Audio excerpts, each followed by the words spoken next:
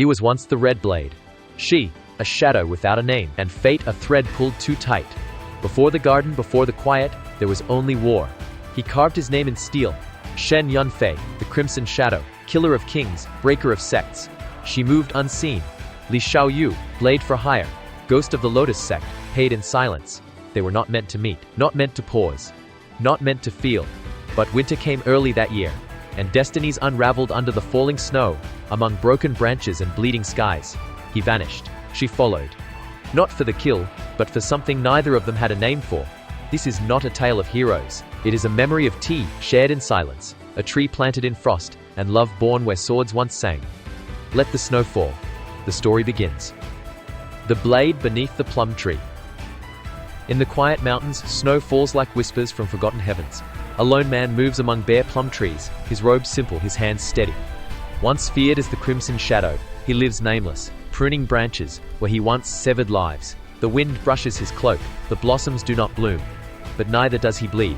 Here, in this orchard of silence, he waits for the past to catch up, or for the cold to finally take him. He looks into the frozen pond, but the reflection that stares back is not the man he is now. It is Xiaoyue and Yunfei, the Crimson Shadow, a name once spoken with awe and fear. His blade carved legends, his silence, death. But after the massacre he disappeared, vanishing like smoke in snow. Now only his reflection remembers what he was, and even that flickers. He turns away, returning to the orchard, to the stillness he's come to accept.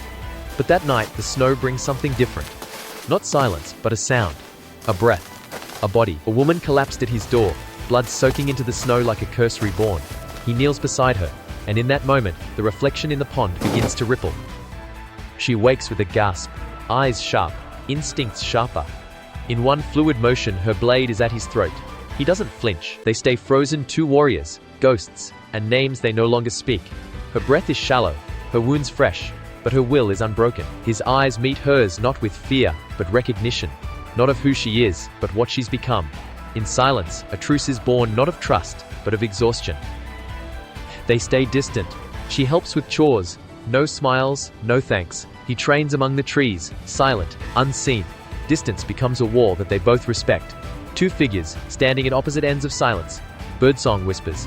Neither walks toward the other, but neither turns away.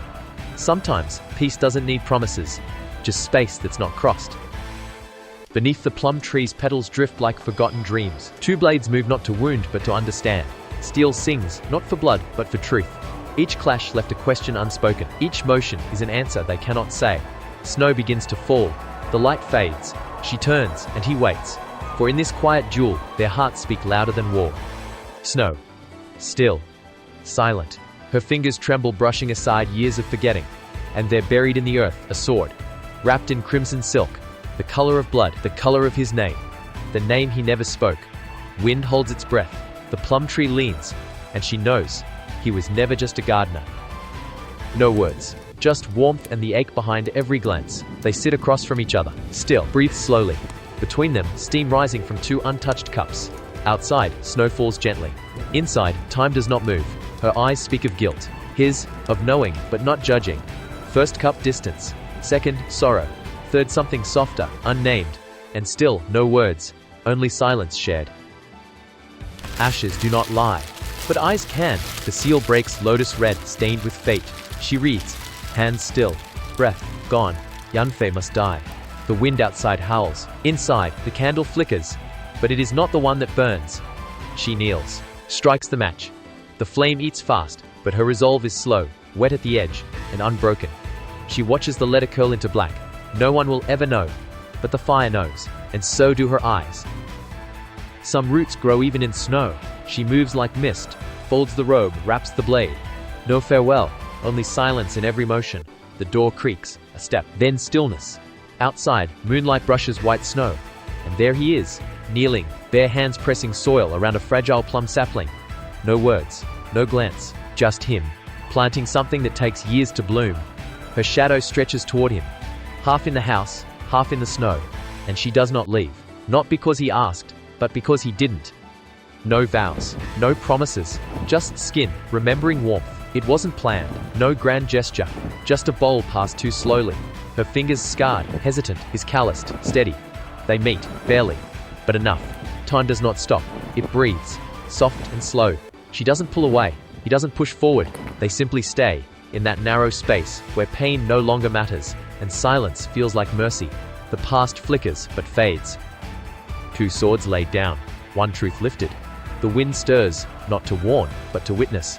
Petals fall slow as breath. The plum tree leans, as if to shelter what should never bloom yet does. He steps close. She doesn't retreat. Their foreheads touch, not trembling, just tired of waiting. Then, a kiss, not of fire but of stillness, of peace, long denied. At their sides, two swords rest in snow. Tonight, they do not need them. Only each other. Only the moon. Love bloomed here. Now blood will fall. It began with wind, too sharp, too sudden. Shadows slipped through branches, masks without mercy. Xiaoyue moved first, twin blades flashing, plum petals turning red. He did not reach for the sword, at first. Just hands, old instincts, silent fury. But they kept coming, and something in him cracked. The garden that healed him now demanded the crimson shadow. A scream cut short, a sword drawn at last. He rises, a blur of red and white, spinning through the air, steel carving moonlight. Petals scatter like snow, and he is no longer just Yunfei. Not just a fight, a vow without words. The orchard blazed, not with fire but with motion. Steel sang, petals flew. Back to back, they moved like memory, each knowing the other's breath, each strike answering the next. Her silver blade, swift, sharp, his crimson arc, relentless, precise. They did not speak, they didn't need to. This was their garden, their peace, their home, and they would bleed for it together. The plum tree stood behind them, young, trembling, but still standing, because so were they. He didn't see the blade, but she did. A breath, a blur, then red, not from her sword but from within. Steel sank into her side, but her hand did not tremble. She turned, eyes like still water, and with a final, graceful arc, cut through the last shadow. Snow caught her blood, turning white into crimson, like ink spilled on an unwritten vow. He called her name, but she only smiled, the kind that says, "I chose this." Not every goodbye is sorrow, some are release. She lies against him, warmth fading but peace rising. His arms tremble not from weight but from helplessness. She looks up, eyes no longer haunted. No fear, no regret. Her hand rests on his chest, not to hold on but to let go. A single blossom drifts down, settling in her hair like a final blessing from the tree they once planted. Together, she smiles, soft, real, as if she finally remembered what it felt like to be free. Some love lingers, in petals, in silence, in tea, grown cold. Years have passed. The tree is taller now, blossoming fuller than ever. He sits beneath it, robes faded, hair white as the snow beginning to fall. 2 cups, only one used. Her sword rests beside his, never rusting, never touched. He drinks slowly, gaze distant yet peaceful. The wind speaks softly through the branches, and sometimes, when the petals fall just right, it feels like she's still here, just out of sight. He does not smile, but he stays, and so does the silence. She runs feet light, laughter chasing blossoms, a wooden sword in her hand, too large, but held with grace. Her stance was untrained, but familiar. He watches from the porch, old eyes warmed by something brighter than memory, hope. Is she their daughter? He never says. She never asks. But she moves like Xiaoyue, swift, bold, free. And he smiles when she twirls beneath the plum tree, petals following her like stars. Because even in silence, life answers. Even a blade thirsting for blood seeks rest in the end. No crowd. No ceremony, only he, the tree, and the earth that remembers. He kneels slowly, fingers worn, movement steady. The sword, once feared and red with wrath, is now silent in his hands. He places it among the roots of the plum tree they planted, the tree that has seen love, war, loss, and still chooses to bloom. Blossoms drift down, gathering on the blade like snow, like farewell. He doesn't look back. He no longer needs to. No more swords, no more sorrow, only petals and peace. The mountain breathes, not in silence, but in stillness. Where once there was blood, now there is bloom. The plum tree stands tall, crowned in soft pink, roots deep in memory, and branches reaching the sky. No footprints, no shadow, only wind through petals, and laughter echoing faintly, childlike, eternal.